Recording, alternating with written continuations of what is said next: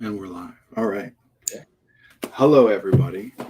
Welcome to the This Is Not Therapy Hour. Um, yeah, things are different today. Anybody who's here that's like a regular, knows that I wasn't here and Mike, you were, and with Sarah, and I got to watch it from the hospital because my baby was born last Tuesday morning at 9:58 a.m. So, um, but I'm glad to be back. And really, Mike and I were just chatting right before we hopped on that we didn't even pick a topic. Like I'm barely back in the office. We're just chatting and hanging out, and we'll do questions and whatever from those of you who are here. So, Yeah. um, thanks, Mike, for joining me. I love being here, man. I love this format too. I'm honored that I get to be on the show today. Well, you should. It's a very great honor. Yeah. No, really, this I don't have many routines in my life that like I keep pretty strictly, but since we started doing this Wednesday afternoon stream, I've only missed. I was gone last week, but we had it anyway. And then there was one time that we canceled it when we were moving into our offices here back in May. And even then, we were planning on doing it. It's just the move took longer than we thought it would, so we didn't get it set up in time. But it's nice to have this Wednesday routine and just get comfortable with it. And What's that thing of like routines give you freedom? Even though, like, just thinking about it, feels like the opposite if you're locked into a routine.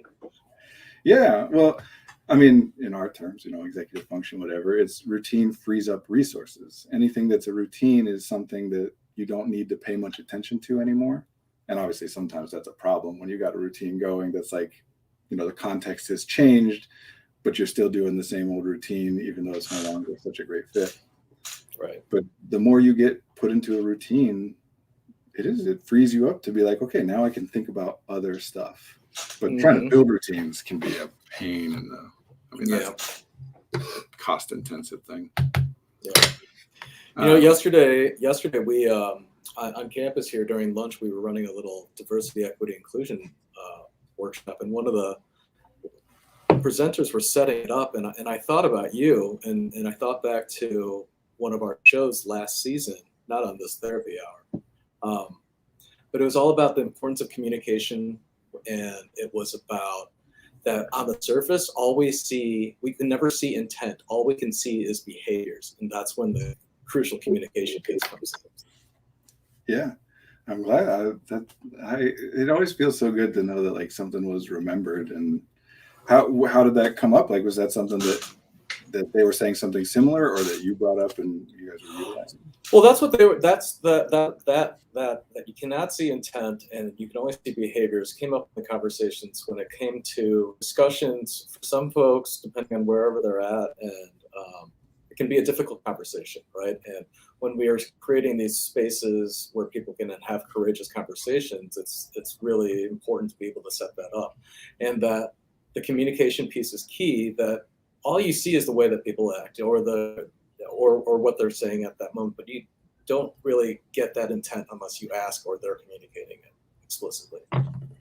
Yeah, we're growing at Affective Artistry. I'm training like new therapists and coaches and whatever, and that's the same thing we do in the work here. Like, to me, that's, of course, there's like a million things that come off of that or that you need to do to like make room for that or whatever. But that's the solution to every situation, every interpersonal, every social situation is listen to the other person more. Like stop thinking that you can figure it out and predict, even if you can. And that's the tricky part, is like, but I know they will blank, blank, blank. It's like, even if you're right, it doesn't matter, because they still might not. But even if they do, you have to know that they might not, like that. And of course, that's not always practical. It's like, the sun's going to come up tomorrow. For all practical purposes, yeah, that's going to happen. Are there technically like non-zero possibilities that mean that it wouldn't? Sure, but it's not worth spending our resources paying attention to. So really, especially in DEI stuff, it's all about like, okay, you just got to understand that it's worth spending your resources listening to people, communicating with people. What was it? Was it for you, like for professional development stuff, or geared towards the students, or? It was geared towards more the teaching staff that we have here. It's more about sort of when people sort of think about DEI work, it sort of hangs in the theory of it, and we wanted to get into the how do we actually apply it and how do we see it in our day-to-days as colleagues, as teacher student. What do we want to engender for our students in terms of our community, things like that. So now I want to ask like what came out of that and whatever, but then I feel like we'd just be stealing somebody else's content, if you're talking about what you learned in the workshop. But I agree, like finding how to, it's good to understand the situation or better understand what things are like, or, what things you're not aware of, but then what to do with it is Right. an important piece. What to do with it? What are the levers that we actually have control over? And what are the things that we can, and putting it more immediately, what are the things that we can start doing? What are the things that we can stop doing? What are the things that we want to continue doing? Just being able to identify those three things was pretty helpful. And we did that on an individual. What we can start doing, stop doing, and what we identify that we want to continue doing as a group, as a faculty. And that's basically how far we got in an hour. I mean, it's deep stuff that we have to work through. So yeah, well, I mean, we can go anywhere today, and again, anybody who's in chat, if you weren't earlier, like we don't even have a topic. It's me and Mike hanging out. So any questions, whatever. But if you want, we can talk about that stuff, like expand on that, like what practical and useful things can we do in that realm, whether we're thinking of it as DEI stuff or just a general, like how to better listen to people or get people to listen to you. Well, work out with you. I mean, I know I'm usually the one that's pulling you in the more application piece, and I know that you're conscious of it as well. But one thing that was stated in the presentation that we went through was that when we have conversations about DEI, it brings up emotions. And one bullet point that they had was emotions are not facts. We can work through this. Like, what's your take on that? Emotions are not facts. I mean, yeah. Like my take, obviously, as with everything, gets like super nuanced, and we could talk about a priori and whatever, but here's what I think of emotion. I think emotion is observation that has both a external and internal component to it, meaning like when I feel a thing emotionally, like if I feel pain, right, I get stabbed in the hand by something and it hurts. Okay, I'm picking up, that's physical data, from the environment, and my body is included in that, right? That my sensory awareness of my own body is physical stimuli. So I feel the pain, and then I can pretty clearly like trace the source of that pain to what just happened, and it's all environmental. So I don't call that an emotion. But when I'm feeling something and I think it has cognitive origins or cognitive components in addition to environmental components. In other words, what's the difference between a stomach ache and like a panic attack? For some people, the difference really is it feels the same physically. The difference is, what am I thinking? What am I aware of? What other things am I connecting to it? If I have a stomach ache and say, oh yeah, I ate some stuff I think is bad, then I'll just say it's a stomach ache. But if I feel the exact same like physical sensation, but I can't tie it to anything like that, or my first explanation is like, oh yeah, I'm nervous about this thing coming up, then it might be, oh, I'm nervous. That's the emotional state. For me, there's a physical component to excitement and nerves that's exactly the same. That's why I'm gesturing here. For me, I have this, I don't know how to explain it well, but it feels like an expansive like bubble right under my sternum. Like there's air pressure in there. And it depends on the other things going around, then that I label it one or the other. Mm-hmm. So yeah, emotions aren't facts, meaning, what I feel about a thing does not change the reality, the material conditions of the thing. But of course, emotions are facts in terms of like, that's how I feel. It is a fact that I feel angry. Like nobody else gets to say that's not true. So to me, that leads into how to validate but still disagree, which is something that people struggle with sometimes. I don't know if that's the context that they were talking about this kind of stuff. Well, no, I do agree, because I read emotions are not facts, but yeah, it's that discounting or invalidating how that person's feeling at that moment, and it might be their reality versus what your perception of their reality or what they're going through is. And I mean, I would love to expand on like, so yeah, like how do we honor how they're feeling, but also help them navigate past that if you're seeing it presented in a different way. Yeah, well, of course, and I mean that's a big part of my job, right? Is to be able to validate people and also disagree with them, because some people get really like almost militant about this kind of stuff and lose some nuance. But validating and agreeing are two different things. They overlap a lot.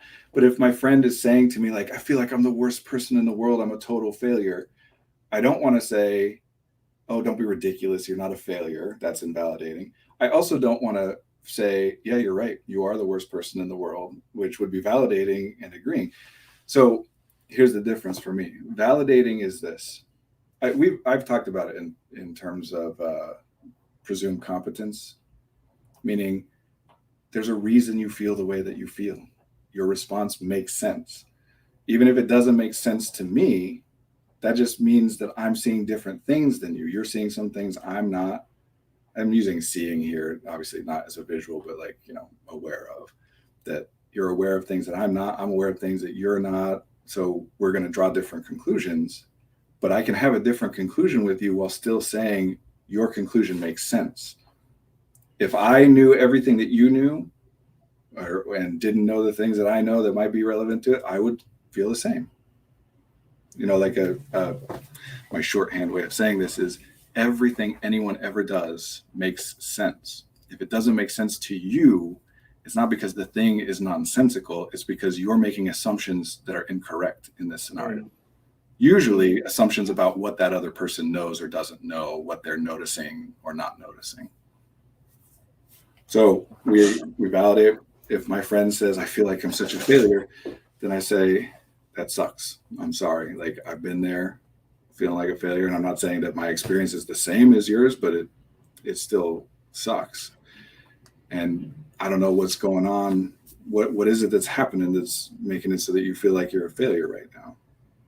Because I don't think you're a failure, but that's my perception. I can't tell you what you are or you aren't. I can just tell you, I don't think you are. So if you were worried that I might, I don't. But I don't know what it is that you're experiencing that's leading you to feel like that. So tell me about it. Maybe then I'll understand it better. That makes sense. That's helpful. For those of you guys that are just joining us, Brandon and I are just hanging out on This Is Not Therapy Hour. I am just crashing the party. So use that comment box and steer our conversations. We were just joking. I emailed Mike at 5 a.m. like, hey, you want to come hang out? More, less crashing the party and more like graciously accepting a desperate invitation. Not a desperate invitation. I don't need to be desperate to invite you. I like hanging out with you. I wanted to do this today. That's awesome. Yeah, validate and then disagree. You got to do it in that order too. Like if you disagree first, well, I don't think you're a failure, which is a fine thing to say, but if you don't validate first, then it just comes across as invalidation. Yeah. I mean, so tell me, I mean, before we started the stream, you've had 6 hours of sleep over the last few days. Like, how are you? I mean, and you mentioned that your wife's fantastic, but like, how are you staying afloat, dude?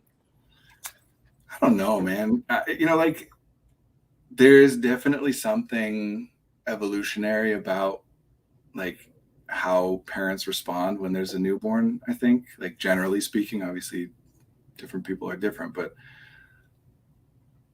I mean, you have kids and your kids are, you don't have a newborn, but you said your youngest child's just about to turn 5. So it's not that long ago you did this. What do you remember of it? I feel like it's like, by the time I barely remember anything, like I remember I felt like a walking zombie, that's how I felt.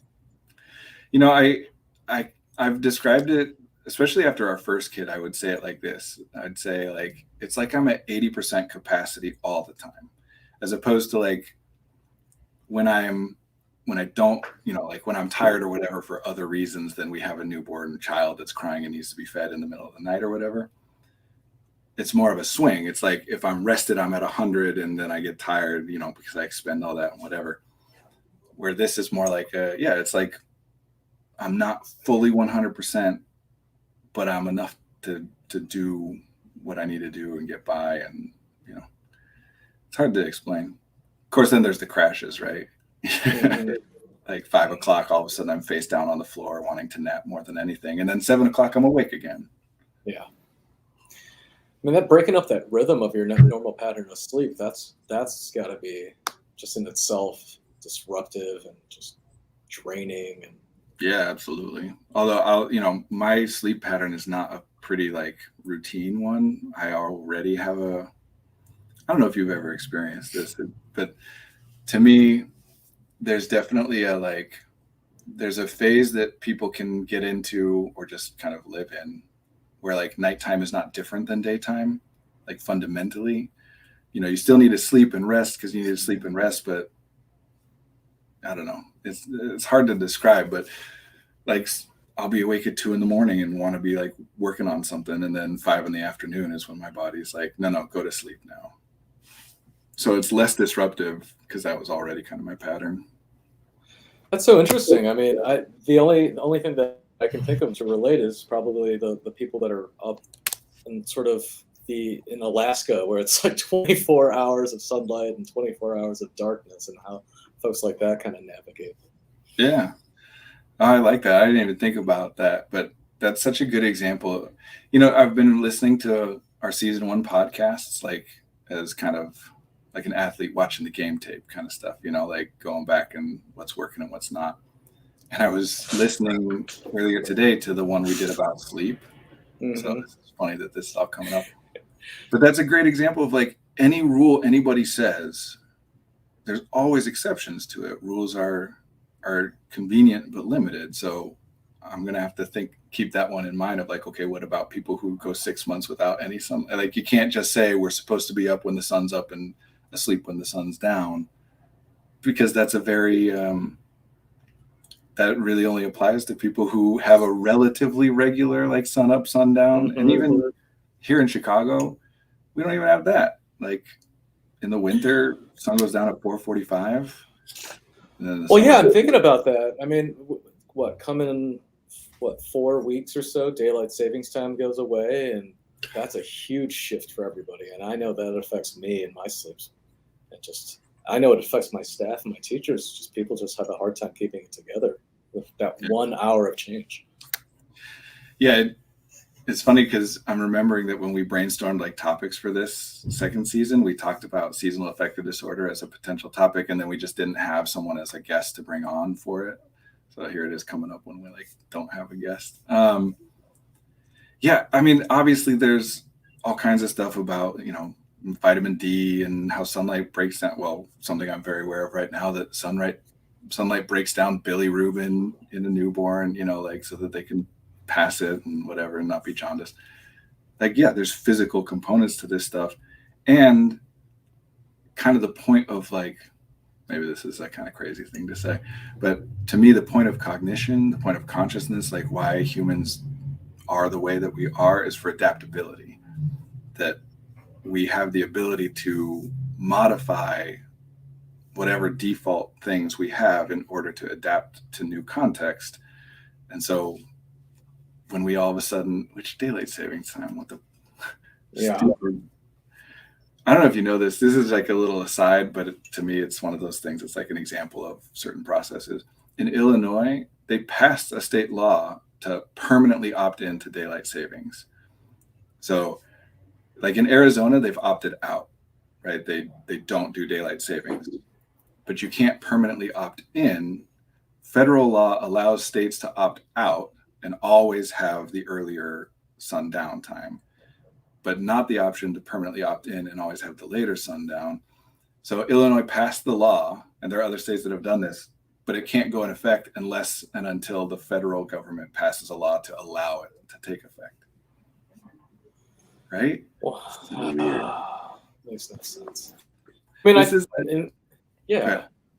I mean, and that's just laws making sense, and they're not making sense. But I'm just thinking about, like, how do we help some people to like navigate that, because that's coming up sometime soon. And I know that we talked about like alarm clocks that have the light, which I started trying out a few weeks ago. Game changer, especially with the sun not coming up until like 7 o'clock in the morning You know, these days. I talked about those a lot in the in the Yeah. sleep episode that I was listening. Yeah, that's a thing that can help. And of course, I'll say, just like I said last year, not last year, but when we did it in the first season, best is to whatever extent you're capable, just work on the schedule that works for you. Now, there are limits to that, and some people have more flexibility than others. But I just want to start there, because otherwise people will. My nephew yesterday complained of having a sore throat to his mom, and so my sister-in-law called her mother, who was at my house because she's helping out with the newborn.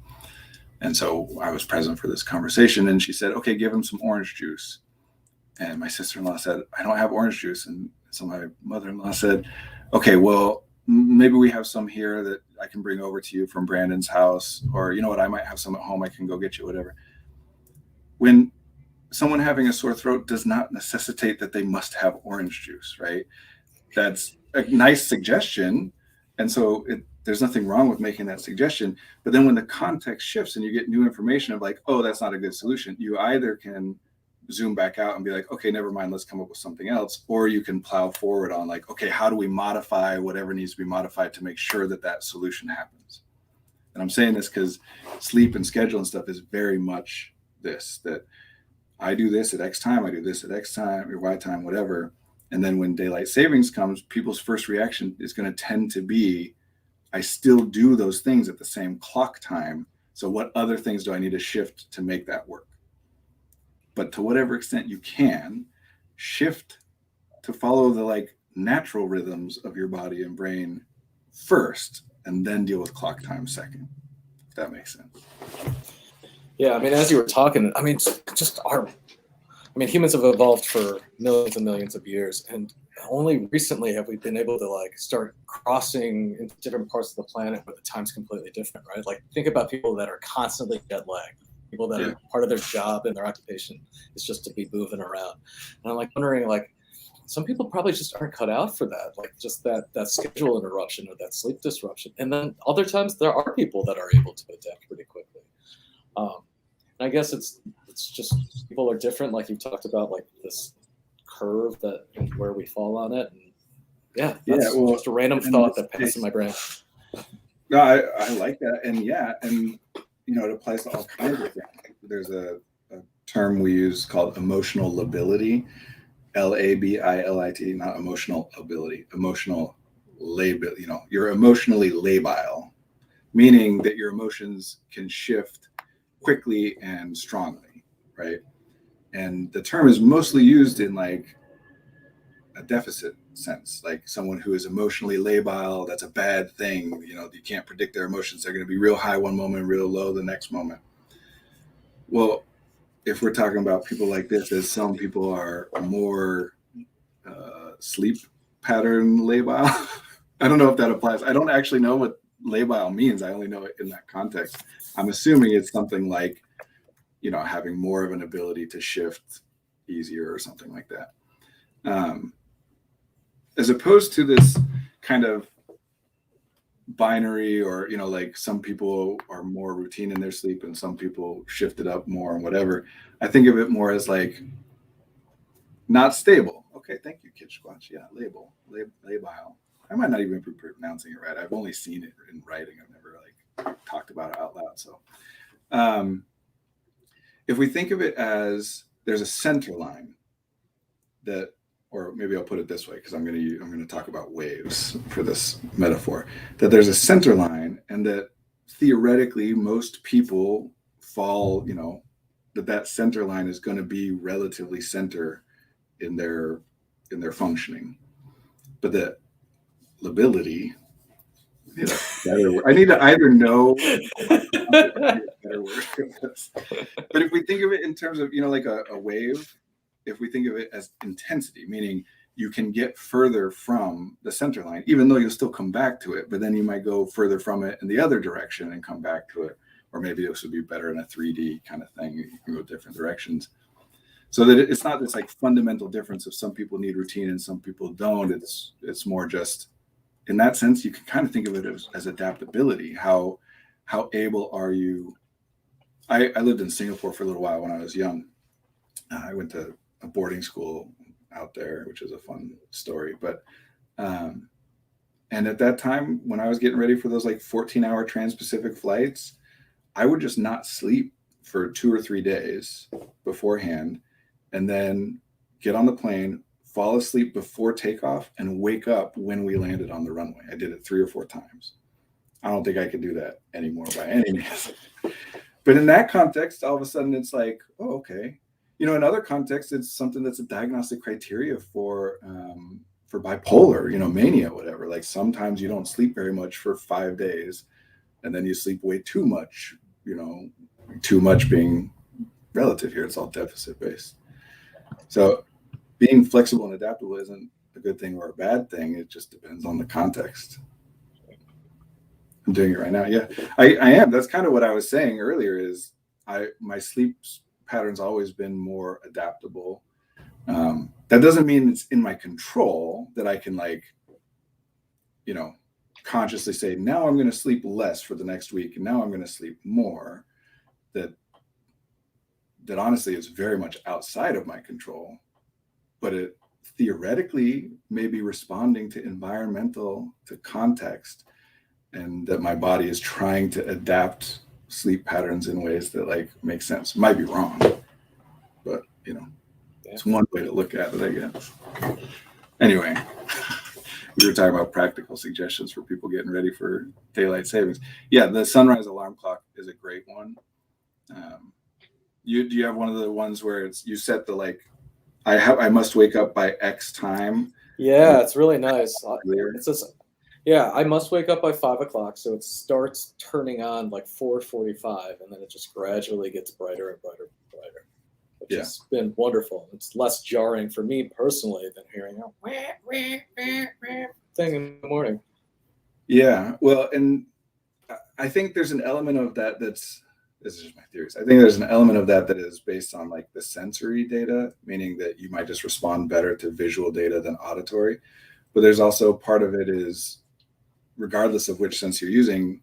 In other words, like if you had a sound alarm clock, but it started with the sounds of like a babbling brook 15 minutes before and gradually got bigger and bigger, that might be more enjoyable too. We talked about this in the sleep one. It's so funny that I was listening to this earlier today. The body has rhythms. There are sleep patterns that we can clearly identify, even though nobody knows what they're for. We have theories about what different phases are for, but we don't actually know. But the body and the brain have like natural points in those rhythms where they want to wake up. So if there's some wake up data going at a low level that doesn't force you to wake up, but when you reach that lighter, closer to wakefulness stage is when you wake up, then it's an opportunity for your body to, you know, do it on its own. Yeah. Got some comments in the stream. Great way to wake up. Oh yeah. I mean, that light for me personally is a great way to wake up. My dream lifestyle would be waking up naturally without any alarms, needs for any alarms at any time. Yeah. And I mean, it seems like the light alarms are coming on are a little bit more common, where they used to just be sold by like one brand, and now you can go on Amazon or whatever your choice retailer is. And hey, if there's not a sound alarm that does the same like gradual wake up thing, somebody take that idea and go like make a startup, because that's a good idea. Because people respond to different senses differently. So, and yeah, I agree. I mean, obviously personally, but also just as a general thing, everybody would love to just wake up when they want to wake up. That's what it means to want a thing. Have you ever had a chance to experiment with that and see like have a good chunk of time, you know, weeks or months where you can go to sleep whenever you feel like it and wake up whenever you feel like it, and see if your body like settles into a rhythm? Yeah, you know, that used to happen when I was in the first part of my career, when I was a teacher during the summers and summer break. You know, I was 5, didn't really have any other responsibilities to do, and so I would find that I would go to sleep around 12:30, 1 o'clock in the morning, and then wake up around 9:30, 10, pretty Yeah. naturally. That's pretty similar to mine. My natural is like about 2:30ish to about 9:30, 10. Yeah. I don't know how common that is. It seems pretty common anecdotally, like, you know. I mean, it got to the point where in the summer, part of my own issues was, wow, I could be more productive. What if I just got up earlier? Like anything could be doing. But, well, and then in actuality, did I really need to do them? No, I just wanted to say that I could do. Yeah, well, that's one of those rule things, right? Like it's very clear. We don't have to know why. Your body and your brain, which is part of your body, we're using want, that's the natural pattern. For whatever reason, that's when the body was doing it. But then we enforce this idea, this cognitive idea that we get from wherever, to modify those natural rhythms as though somehow it's better, which is nonsense. Like, Yeah. Not that it's not ever true, but that it's not universally true that waking up earlier somehow makes you more productive, like. And I think it comes down to something that I heard over the weekend was that, would it have brought me more joy or happiness had I gotten up earlier and did all the things? I'm not sure. I could have tested it at some point. But then it gets back to what I heard over the weekend, which was that because of the social circumstances in which we've been raised in this country, a very capitalistic society, we have the temptation to put a metric and measure everything.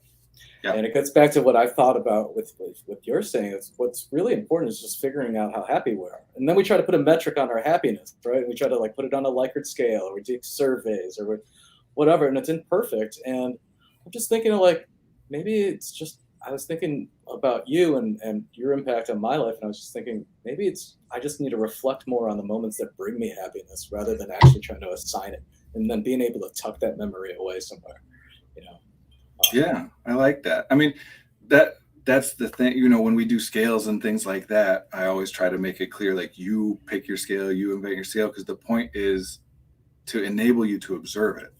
It's not to actually be some specific and generally applicable, not so that you can compare your happiness against someone else's happiness. It's just so that you can observe in more granular detail, like, how happy am I? How much do I love a thing? Mm-hmm. It helps you to carry that data forward, and then you can do more and more, because positive aims are better than negative aims. They're harder, but better. Building things is harder, but better, because you can aim at a thing and make it what you want, as opposed to just responding to the potential for bad things and trying to avoid them. Mm-hmm. But you have to have more data to do that. And we generally don't have that unless we put effort towards paying attention. Right. So I'm glad that's happening. Yeah, I love that idea of paying attention. I mean, we live relatively close to each other. I mean, the leaves have been falling, the wind, the temperature's been dropping, and we had a pretty big rainstorm the other day. And one of the things that had happened was that the leaves hadn't been cleared out of the gutters, and quickly the streets started to flood. I was walking up my dog, and I just noticed all my neighbors are out raking the leaves out of the gutters themselves, not waiting for the victim to do it. And at that point, I was like, oh, man, I could help out. I tied off my dog and tried to help clear.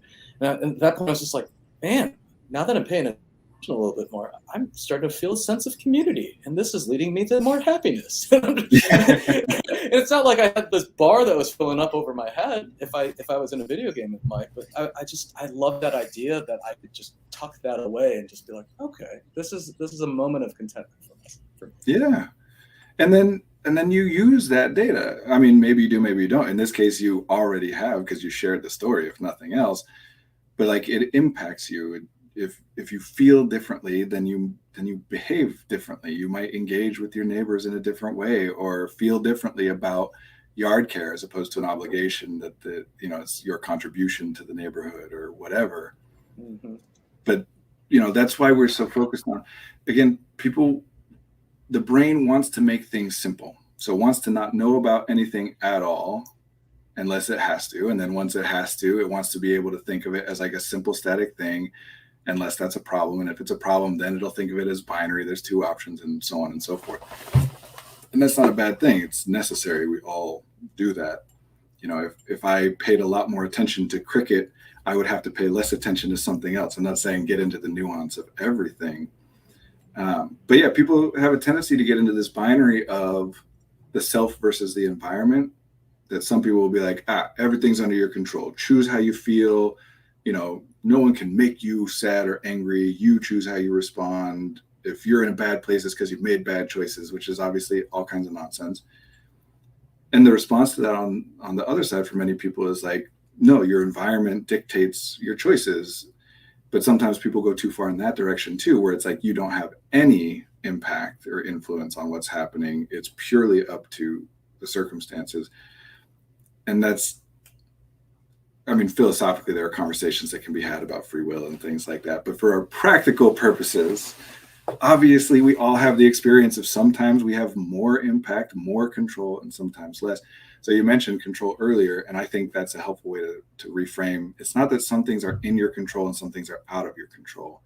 It's that control is a spectrum, and you have more or less over different individual things. Mm-hmm. So I'm saying all this to get to this is why we want to free up resources. This is why we want to help solve problems and take things off people's plate and make things easier and more convenient. This is why the brain does it on its own, and we want to do it with each other so that more of that is freed up, so that you can look around and be like, look at this, we're all working together, instead of like, oh, goddamn, this brain, I got to go do, you know, like my basement's flooding. You know, like you can't feel a sense of community in that moment. Yeah. You know, I want to recognize that part of my social conditioning is also to take up moments of silence and just talk. I want to check in on some of our regular attendees.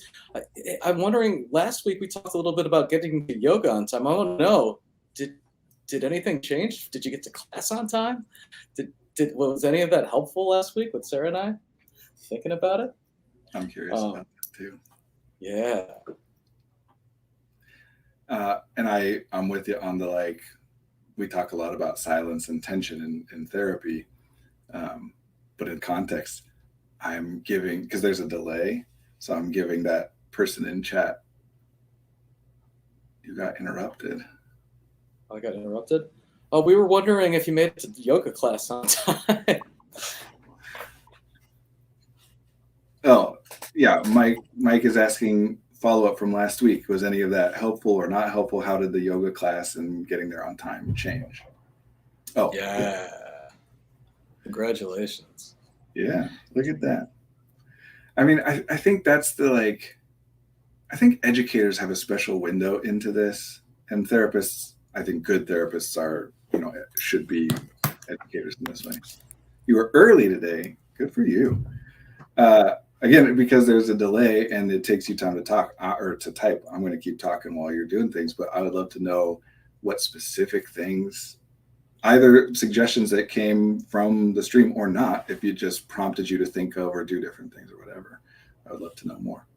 Now I lost what I was saying. Oh yeah, educators have a special window into this. Teaching, again, it's about impact. It's, of course, obviously we can do things that impact other people, change what they do. That doesn't mean we control other people.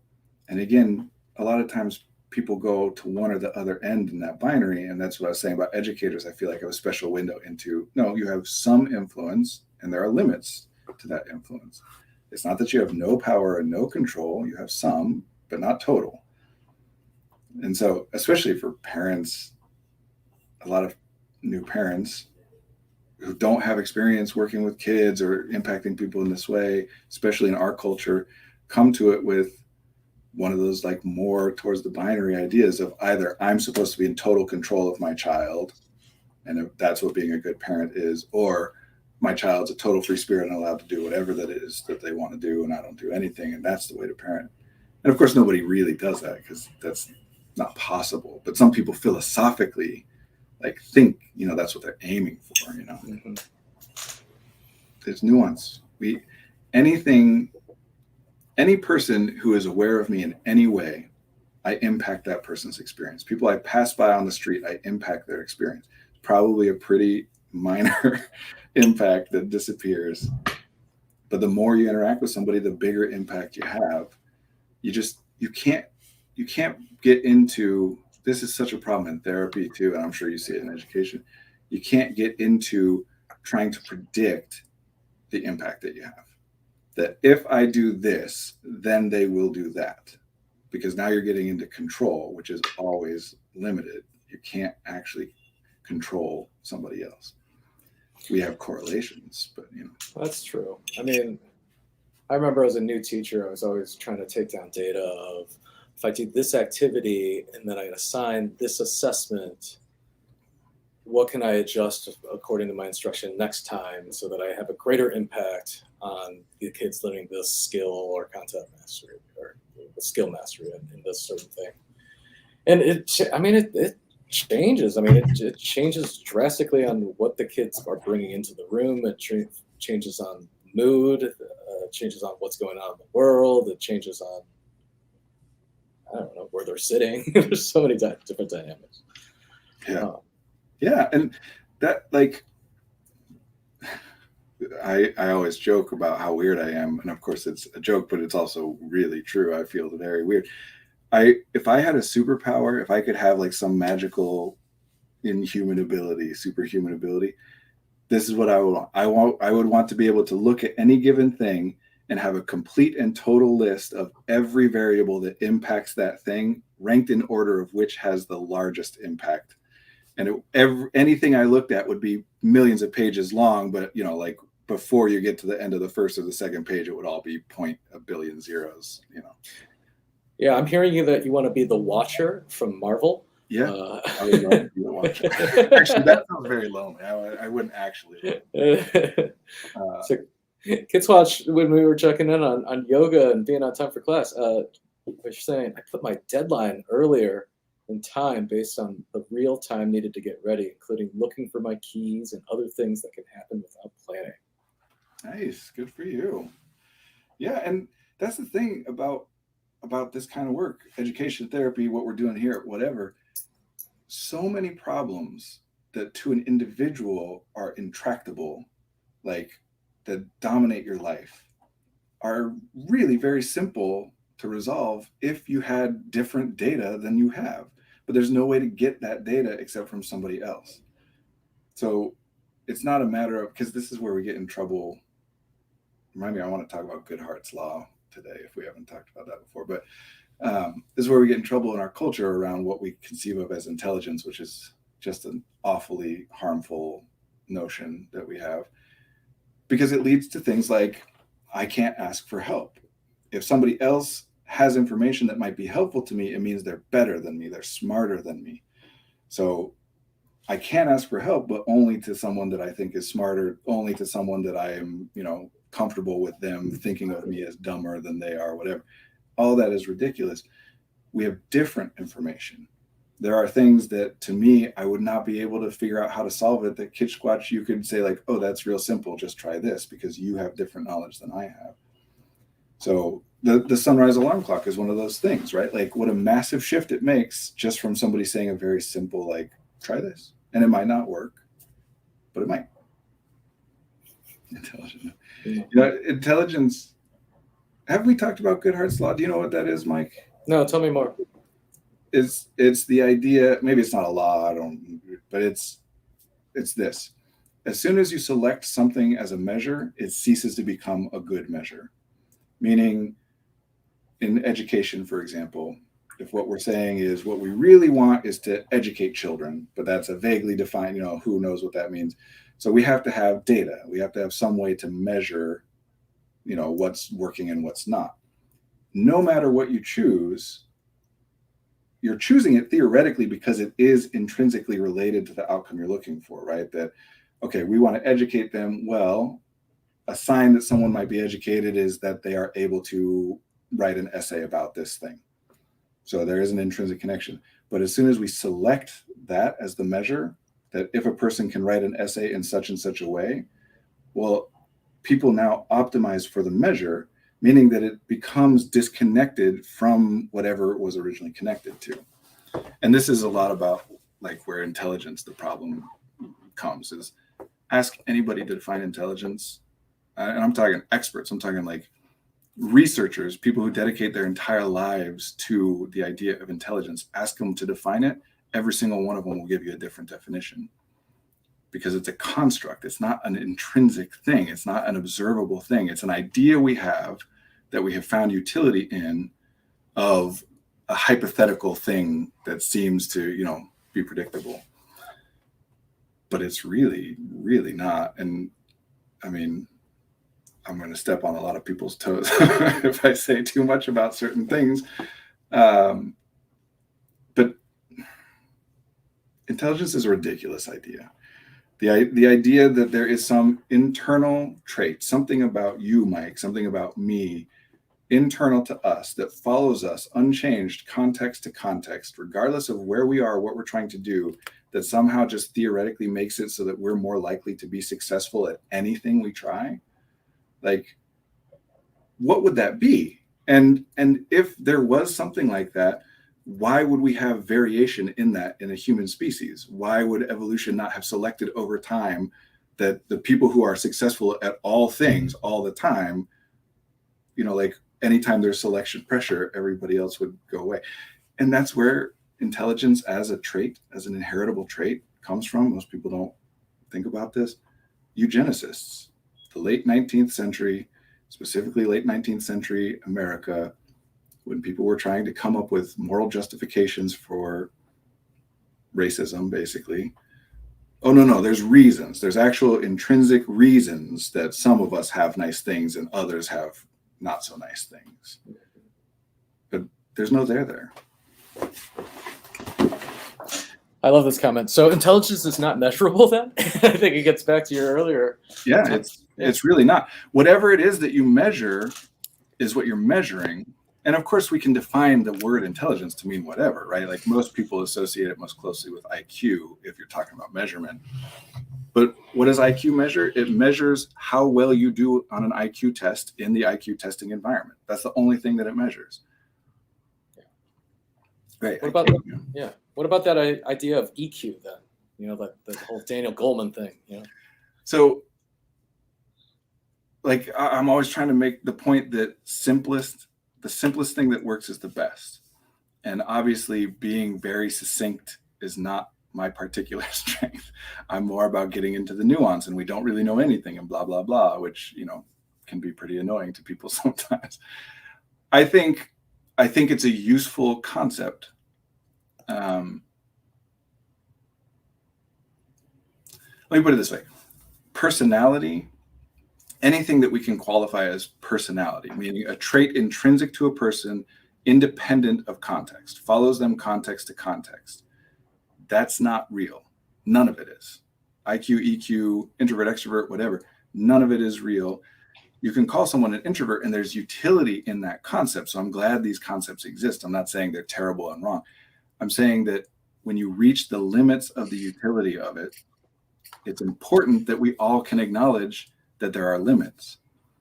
So I can say I'm an extrovert, which anybody who knows me, I mean, obviously I wouldn't be sitting here like talking on stream once a week and an actor or whatever. People have always said I'm very extroverted. There are still times where I want to be alone. And the idea of having to talk to somebody or be with somebody, even people I really like, doing things I really enjoy, is like, oh God, I don't want to do that. So what does it mean then? At best, to whatever extent it's accurate, what we mean is more frequently you behave in this way. But is that frequency due to something internal to you, or is it because the context in which you behave that way is a context you experience more frequently? So anyway, that's what I think about EQ. It's useful as an opposition to IQ, the way that people talk about intelligence as basically being the be all. Really, when it comes down to it, what people mean when they're saying intelligence is the you deserve to be successful gene, the you deserve to be successful trait. The more intelligent you are, the more successful you are. That's it. So for that to come out and say, hey, there are other things that are important besides academic intelligence. There's emotional intelligence. So tapping into that language of, yes, intelligence is important to everybody, or soft skills or whatever you want to call it. Mm-hmm. Yeah, I hear so often during admissions meeting, oh, my kid is so highly intelligent. It's just they don't have the executive function, right? And it's just like, yeah, but what's the use in? Let's just talk about the whole kid. So it's bad. Right. So like any categorization, I'm just being really philosophical today, but why not? We don't have a topic. There's two things that we do in order to like navigate the world in terms of our consciousness.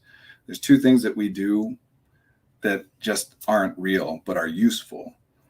Number one, we categorize things, we bin things, like I identify this as my desk and this is my cup because it is useful to do so, even though on a like molecular level, I don't have a way to conceptualize, like our perception is based on past utility or theoretical future utility. So we separate things.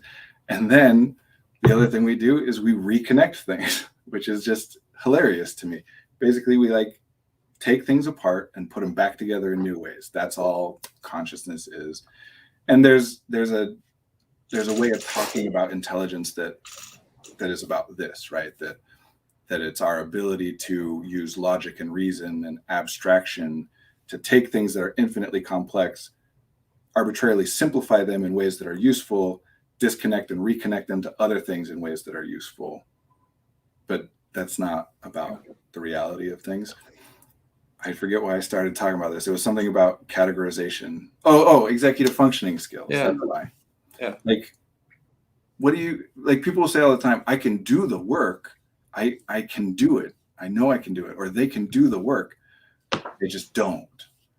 So what's the difference? Like, what you mean is they understand the abstract side of it. They know how to add two numbers together. But the work is only part about adding two numbers together. It's also all this other stuff. So you're saying that the adding two numbers together is the important part of the work and the other part is not. And okay, if so, though, why are we asking people to do the other part? Mm-hmm. Yeah. Anyway. Yeah. We have about 8 minutes left. If anybody has anything for us, throw it in that chat, or else I'm going to throw something at you, Brandon, that I'm wondering if you can help me unpack. Yeah. So somebody else, it's completely off track of what we were just talking about, or maybe it's not. I'm sure you'll find a way to tie it.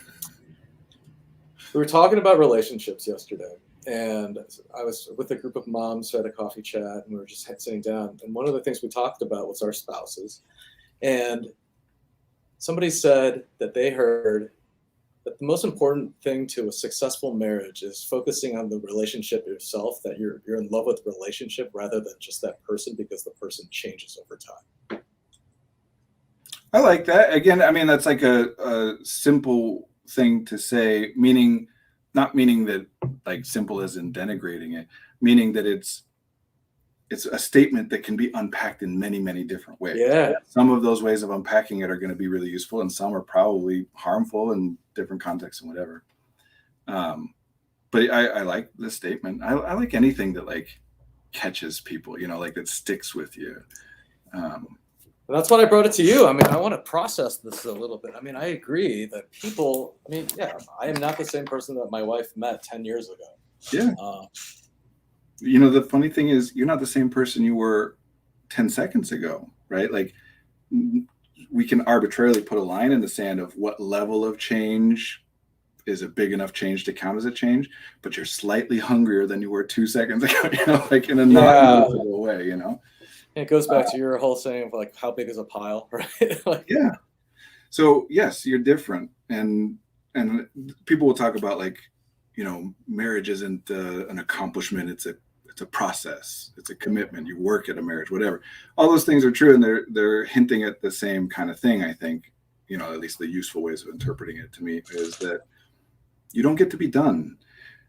And of course, for me, this is everything. We're just applying it to a marriage right now. It's, you never ever have a complete understanding of a thing, even if you theoretically did, which you can't, but even if you theoretically did, the next moment it is now different.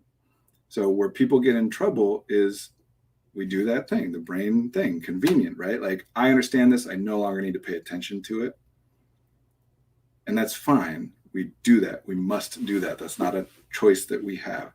The choice that we have is when we reach the limits of it, when I feel like I understand my partner, when I feel like I understand my marriage and I behave in the way that makes sense given my understanding, and then things don't work, my options are either to say, oh, I got to like pay closer attention and adjust something here because something about my way of understanding or navigating this, something's changed or I missed something or whatever, and it's different. So let me pay attention and figure it out. Or to say, nope, I'm doing it right. You're doing it wrong. Like, this is not on me. So to me, especially in marriage, my little phrase of faultless miscommunication, that the way that I say a thing, it means to me what it means to me. The way that you interpret it means to you what it means to you. If those things are different in a way that cause a problem, because they're always different. If they're different in a way that causes a problem, it's not my fault. It's not your fault. We just have to get back into it and say, okay, what happened there? Just yesterday, my wife and I are like in such a great place right now. We're so happy. We got this new baby, and like I have been able to be at home, and you know, she's incredible and I'm pretty incredible too. You know, like we're helping each other. And still we had a conflict yesterday because I bought a Star Wars Lego advent calendar for our kids, you know, so when December starts, they can open a door. If anyone doesn't know what an advent calendar, they get a new thing each day up to Christmas. And I put it up on this shelf so they wouldn't see it. And one of them saw it. And we were both like kind of bummed about that because we wanted it to be a surprise. But we weren't communicating. I was getting the dinner ready. She was attending to the kid, you know. And so then my son called me over and I'm holding the baby in one hand and trying to one hand put plates together. And he's like, hey, can I look at that? And in my head, I'm like, well, I'm bummed that he saw this, but he already saw it. So what's the problem? I might as well just, here, look, that's the picture, the front cover of it. And I put it back and get back to the thing. And she was so disappointed and upset to the point, I hope she doesn't mind me saying, that she was emotional about it. She was crying. And she was upset that I had showed it to him. And it was a miscommunication, not my fault, not hers. She was thinking of it as it's a surprise. Showing him the front of it like takes away the surprise, and now I don't get the moment of like seeing him, you know, enjoy it or whatever.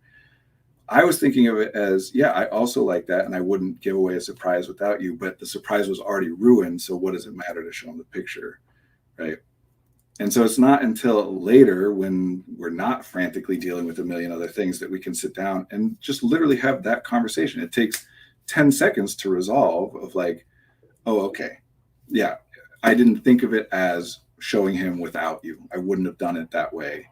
I'm sorry, I didn't think of it in that sense. I had heard you already tell him it was an advent calendar. I thought it was cat's out of the bag. What does it matter? I'm not wrong. I'm not right. She's not wrong. She's not right. We got to take that minute. Otherwise, and this was all her, by the way, she saved it. You know, like after that conflict, I'm in my head being like, I can't believe this. I didn't do anything wrong. I'm sitting here holding the baby and putting lunches together or dinners together, and you're getting mad at me about. She was the one who came to me and said, hey, can we talk for a second? Like things got, if she hadn't done that, I would have been in a bad mood the rest of the night. I would have been ungenerous in my head being like, it's your fault. You don't understand. And I'm telling you, things come into my head that are completely unrelated to anything, but in that moment feel justified. Like, you come from money and I don't come from money. That's why you don't get it. It's like, what does that have to do with anything? But when your brain is trying to find fault and blame, you know? Well, I think it goes back to how we started the conversation of you can't see the intent unless you're communicating that. All you see is the behavior of you showing your kid that cover. Yeah. Right. Your intent was not to ruin it. Your intent was, okay, well, it is what it is. Yeah. And honestly, I barely had any intent at all. It was more practically an autonomic response. I was thinking about other things and he says, show me the thing. I'm like, here, bye. You know, which is often the root of these problems is like one person's paying attention and another person isn't, you know, especially with like cleaning chores, for example. One person notices the mess, the other person doesn't. If we communicate about that, not a problem at all. Hey, that's messy. Will you help me clean it up, or will you take care of it, or whatever? If we don't communicate and I'm sitting here thinking, you noticed that pile, you just keep leaving it because you think I'm going to take care of it or whatever. And then the other person, when it finally comes up, is like, what are you getting so mad about? Like, it is not a mess in here. We just got to communicate. That's my thing with the DEI stuff is it's about listening, paying attention, communicating, not about learning new and better rules of this is what you must do to incorporate whatever, blah, blah, blah. Yeah. Anyway, fun conversation, but I got to get going. Yeah. Well, thanks for having me today, and thanks everybody for joining. Yeah, thanks for joining, Mike. I appreciate it. I always enjoy getting time to, I always jokingly say one of these days I'm going to have enough money to steal you away from Fusion. Maybe I shouldn't say that on video.